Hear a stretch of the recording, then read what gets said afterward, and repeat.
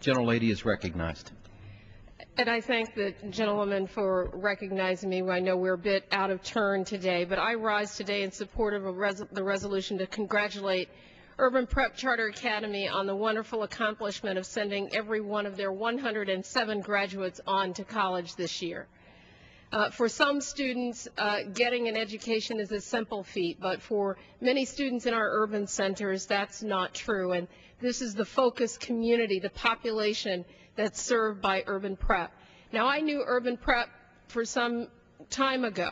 Their motto is "We Believe," and I want to say here that I believe in Urban Prep and the phenomenal work that they do to reverse troubling graduation and completion rates among African American men in Chicago's urban centers.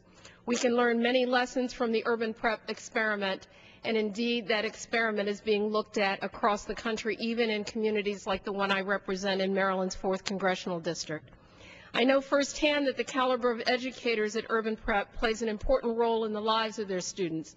I want to speak today about one of those educators, because in no one is this more prevalent than in Urban Prep's Dr. Derek Brooms.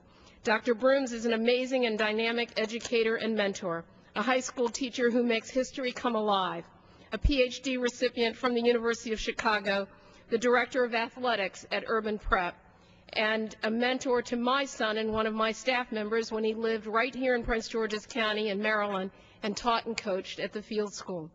Dr. Brooms was excited to join the startup Urban Prep because he wanted to mentor African American men to their fullest potential. He's just one of the many reasons why Urban Prep is able to create an environment that not only educates but teaches students the importance of striving for success and contributing to our communities.